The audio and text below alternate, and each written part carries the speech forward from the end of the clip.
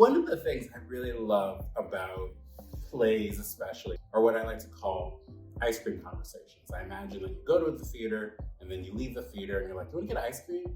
And then you're like, "Well, what did you think?" And then over ice cream, as the ice cream melting down your hand, you're like, "No, but what happened? Where did they go in space and time? Was there a horse? I don't know." Nightbird is I would like to describe it as a dark comedy. It involves serious subjects, but it is also sort of about the grand farce that we are all in right now. And we've all been in this country for probably the entire history of the country.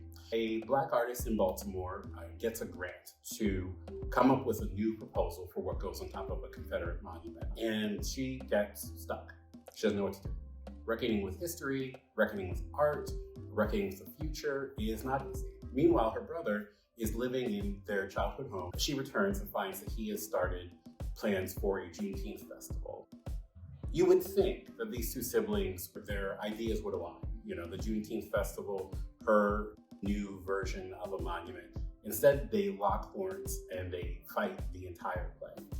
The play is about art making. It's about whether art can affect change, whether we are stuck in some sort of a cosmic time loop as a people. It is also about the nature of Blackness and whether Blackness needs to be commodified in order for it to be acceptable to the larger community.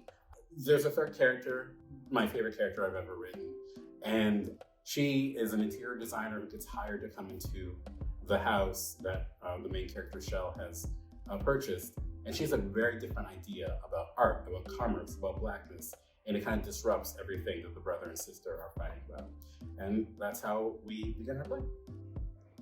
I'm hoping that people will leave the theater and have a conversation about the fact that we are connected to people who came before us and tried to do things and sometimes failed and sometimes succeeded. And we're connected to people who are coming after us, who are going to view our efforts as people, as artists, as citizens. I'd love to think of us all as part of one long line. And when an audience asks themselves, where am I in that line and what am I doing? And what comes next?